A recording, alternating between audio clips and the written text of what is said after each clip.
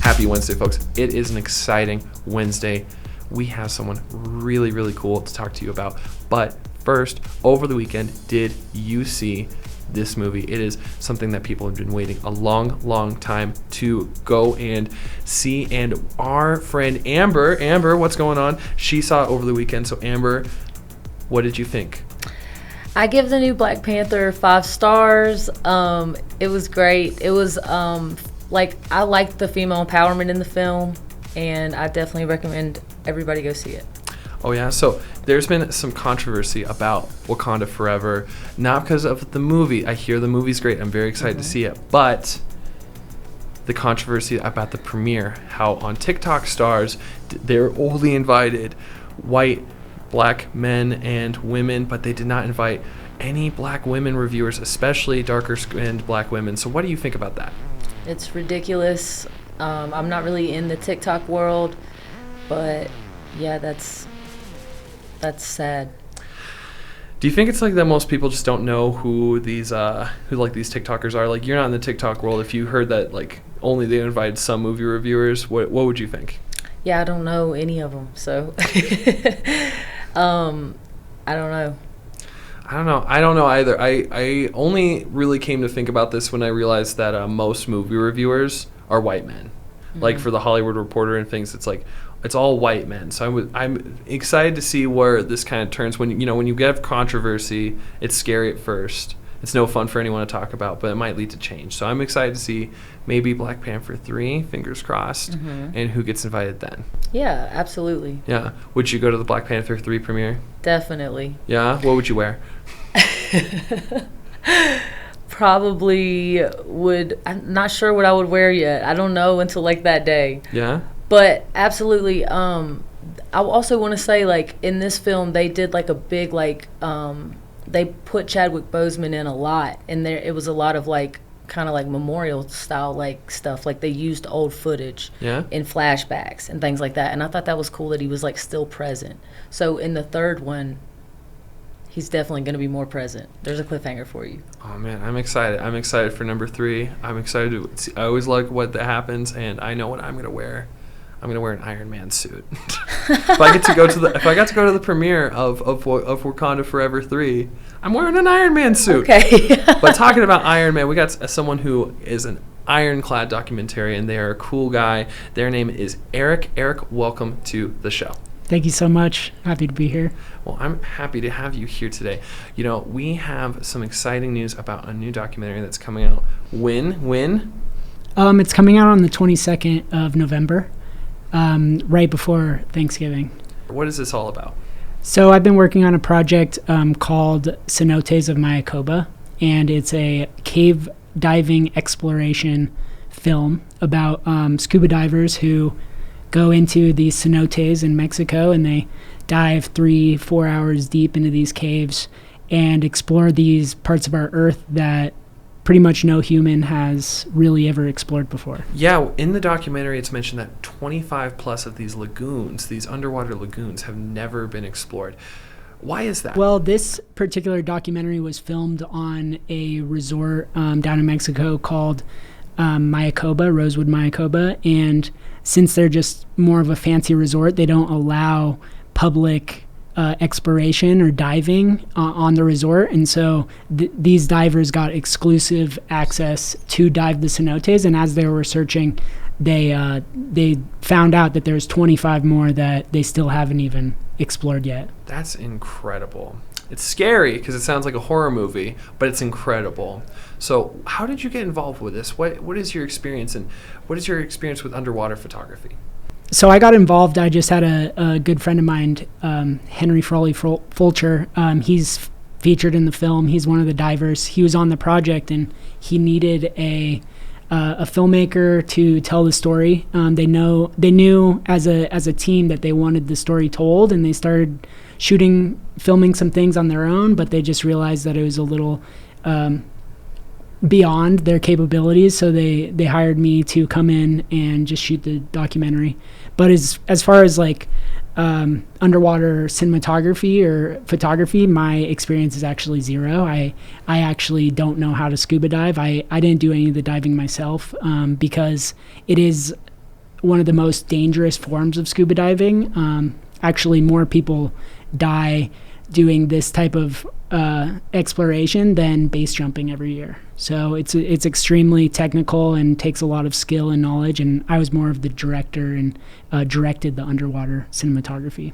Tell me, is it palpable to the amount of people who die like by shaking vending machines, or what are the numbers here? Oh man, I don't know the exact numbers, but that's just like a little fun fact that I've just kind of held on to, that because people, I don't know, maybe might not think that scuba diving is necessarily that dangerous, but when you're going into these caves really far in where there's no direct access to air, and if something goes wrong, you know, it can be very deadly. It does sound like a horror movie. It is a horror movie. You tricked me. So, I mean, it's an amazing documentary. We really loved watching it, and we're excited for the 22nd when everyone else gets to see it. But you aren't afraid of a deep embed, like that journalism part of a documentary where you really get into the work. Can you tell us about some of the other projects you've been involved with? Yeah, so I've been on quite a few documentary projects throughout my career.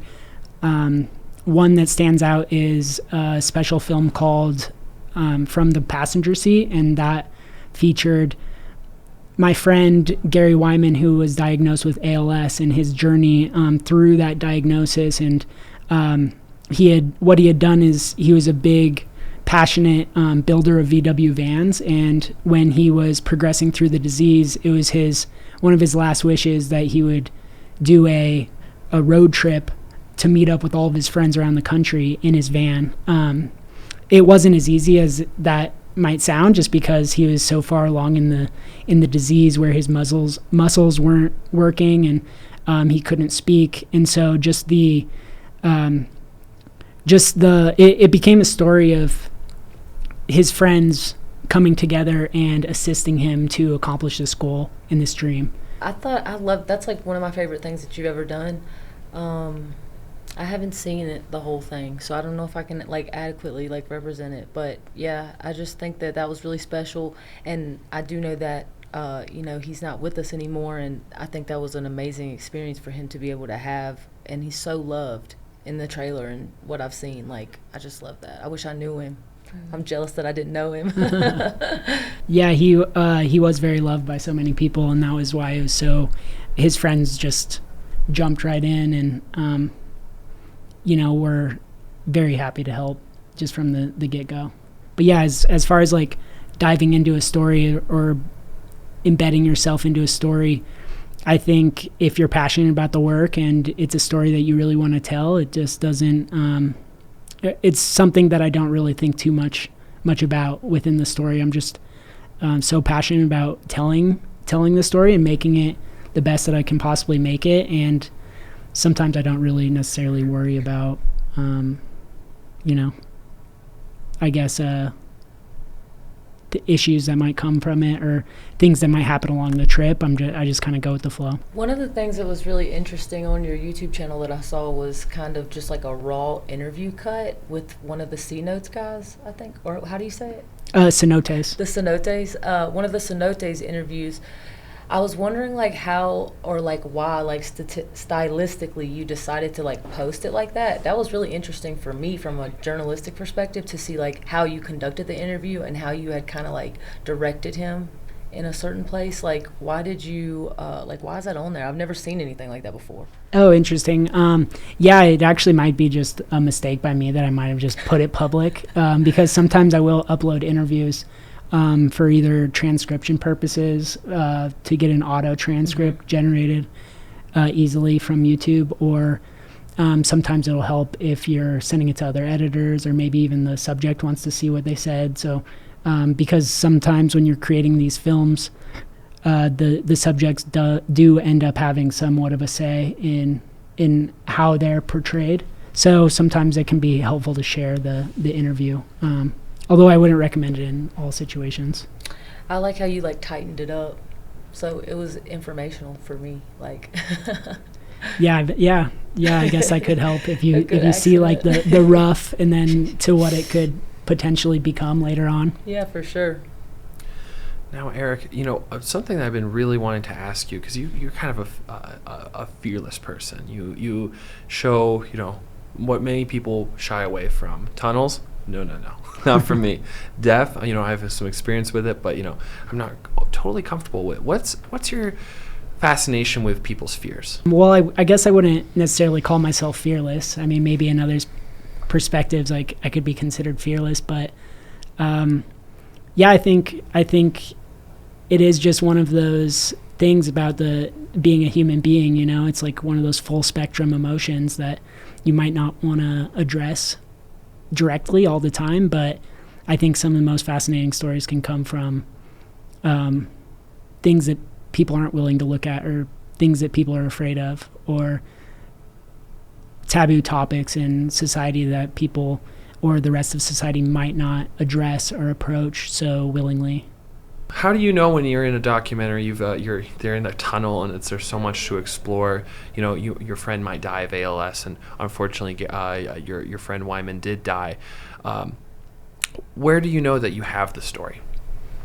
Yeah, so usually, well, I think it really does come down to pre-production and writing out the story before you necessarily go into full send production mode. That way, if you really know your story well, and you have it written out and you know how it should flow, and that way you actually realize when a story could be complete, when you have the answer to the question that you're trying to answer for your audience. Now, in a lot of documentaries, specifically one where two documentarians were following Anthony Weiner, they thought it was going to be like a comeback story, and then all the allegations hit.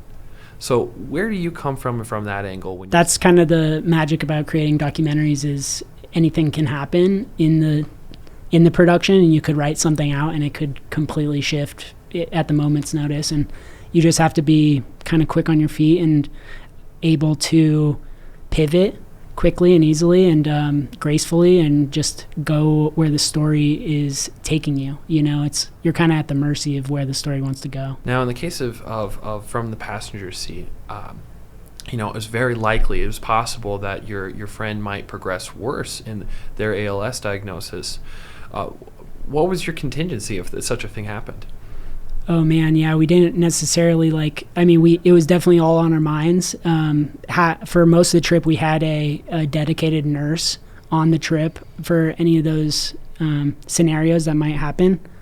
But we kind of just let spirit take over and just hope that everything would be okay, because actually in that film, we got him into some precarious situations that he wanted to, participate in. Like, we got him to go skydiving, and he went whitewater rafting, and one time we put him on a kayak with a couple other kayakers, and he, we just wanted him to have the best experience that he could have. And with that disease, 100% of people that get ALS die from it, so it's inevitable that he is going to die. So maybe that helped us a little bit too, not worry too much about it.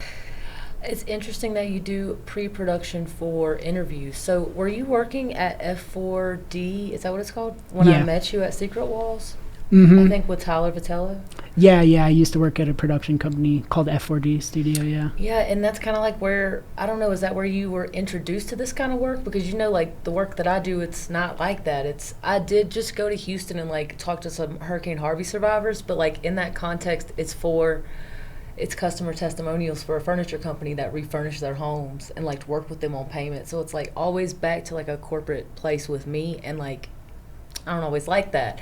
So how did you get into doing work like this? And I do think you're very brave. You just go to different countries. How did that start? How could somebody like me who's listening get started in something like that? I did get my roots, I feel from that, working at that production company, and picking the company that you work for wisely is a a good choice, I would say, a good decision, because they did focus on some documentary projects, and they always wanted to give back to the community.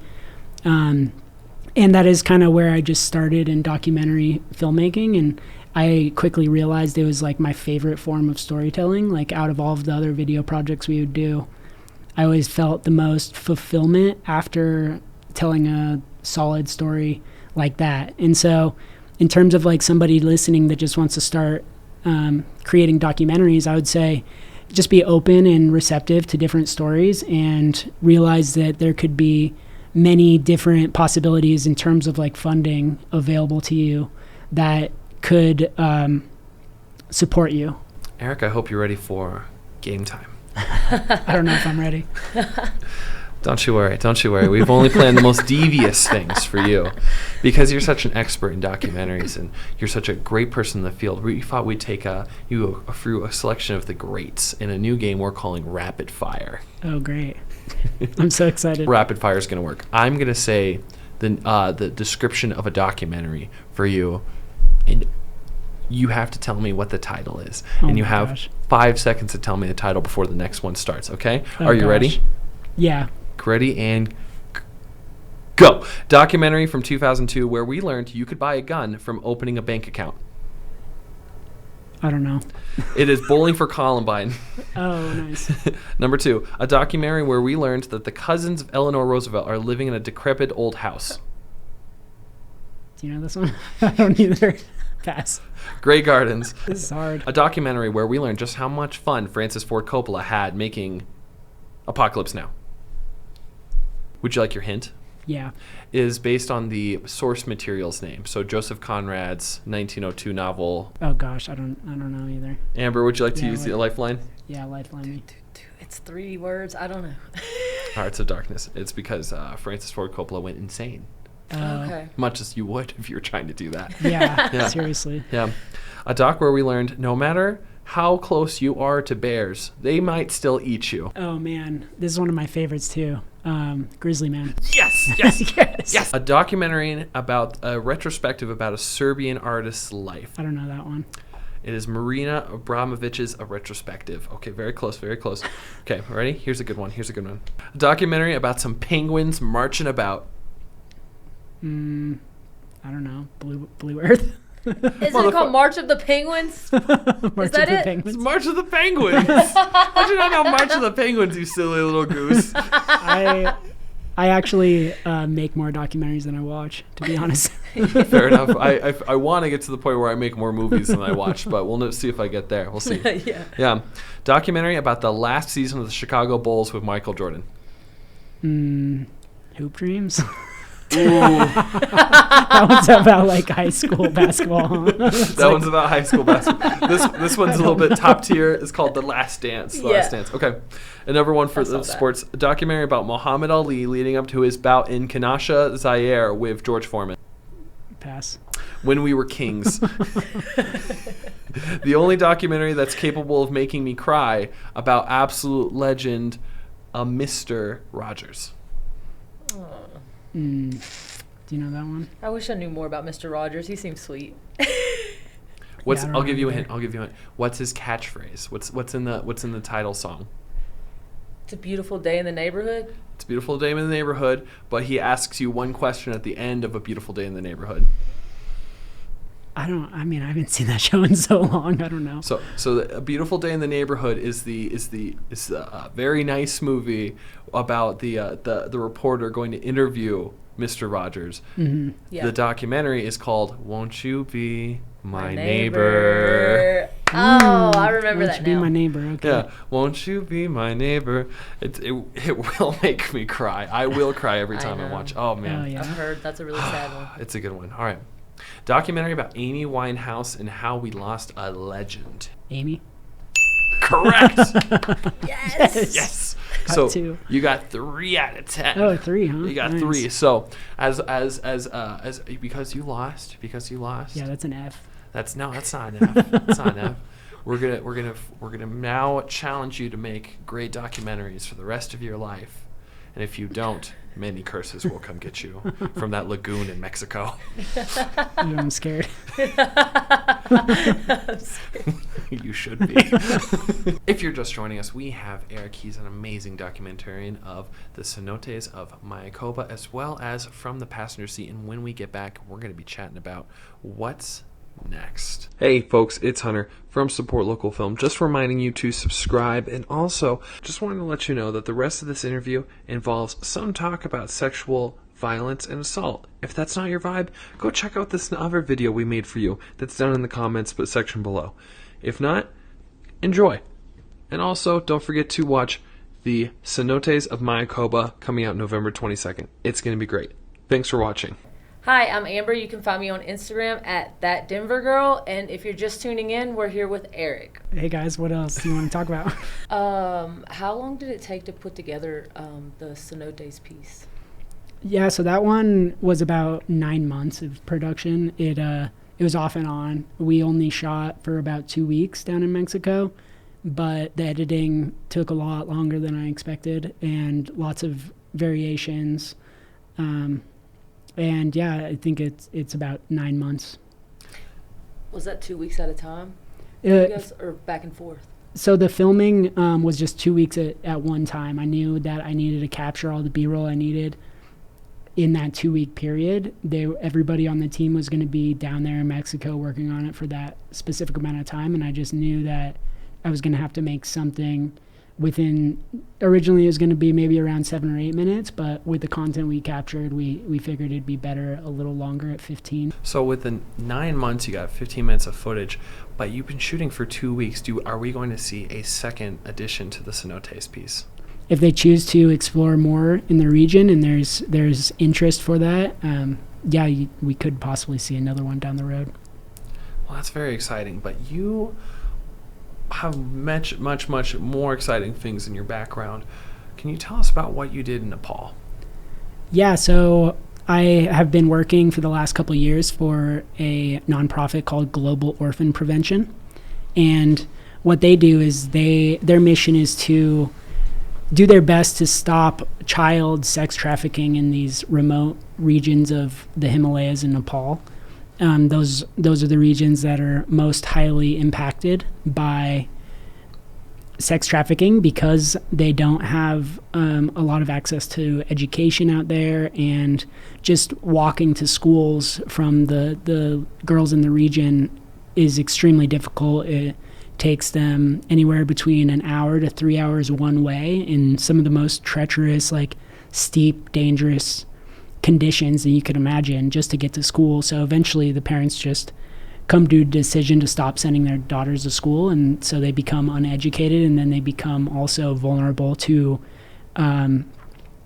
become victims of sex trafficking them most often to India, from Nepal to India, and participating in the sex trade against their will, and then eventually they do usually return back to Nepal and re-assimilate back into society. That's a very harsh topic, and again, like one big thing that is a theme of this show is that we really want to participate and promote wellness for the filmmaker. Wellness is something that I don't think a lot of filmmakers take into account. So when you're doing this kind of work, how do you take care of yourself? Yeah, it's a good point. I do put it as a top priority for myself in projects like this. Personally, I think it's just a very balanced system that I try and follow in terms of keeping my body healthy, making sure I'm eating the right foods, especially when you're traveling to Nepal and stuff. It can feel like somewhat of a vacation, or you're having fun. Like, you better make sure you're not drinking too much beer, or indulging too much in the cuisine. Trying to just stay healthy, but also like staying up with a solid meditation practice every day is like really important to me. I feel like it just balances out all of my emotions, and I'm able to process what I'm capturing a lot easier if I stay with my meditation practice and I have a place to return to. But it is really important, especially in those environments where it's extremely emotional. And I was filming interviews with girls who were victims of child sex trafficking, reliving their experiences, extremely hard to listen to, as well as interviewing the most the most known human trafficker in the region as well. So like that contrast, that just spectrum of different human emotion and like how they see the world is just so vastly different. And it's like you do have to kind of put up a shield of sorts to not take in too much of what you're capturing. We have a fun little awkward game for you. Are you ready, Eric? Yeah, I'm ready. Okay. It's called Never Have I Ever, but it's gonna be very set focused, just because we're all professionals here, and we'll keep it nice and clean. But when we do this, I expect every time you have done something, you'll have to put down a finger. All right. You'll have to put down a finger. I'm ready. So number one. Never have I ever taken all the Welch's fruit snacks from the crafty table and hoarded them all for my little self. Oh, I'm gonna lose it. I thought everyone did it. Nope, I'm just a monster. Amber, do you have one? Never have I ever messed up a celebrity's coffee order. And I saw her do it. You saw her and do I it? never saw her again. Yeah. Oh no. All right, so never have I ever hooked up with anybody on set. Oh. Does it count if okay. Professional. Never have I ever intentionally messed with a take just because I didn't like what was going on. I probably have done that. Oh, look at you. All right, Amber, your turn. Never have I ever like synced the audio wrong in the timeline. Ooh, that gets me too. Yeah, Okay. I've probably been there. I've been there. With the 2-cam setup? Yeah, I mean, Yeah. I could probably sync some wrong audio. Yeah. Okay, Eric, your turn, baby. Never have I ever went into a interview completely blind and unprepared. Not on this show, baby. I sent you an email and everything. All right, how about this? Never have I ever hated someone so much on set that I tried to get them fired. Oh. I would never do that. I mean, did I succeed? No. But I did it. All right, Amber, you gotta get the boy out. It's 2-1 now. Never have I ever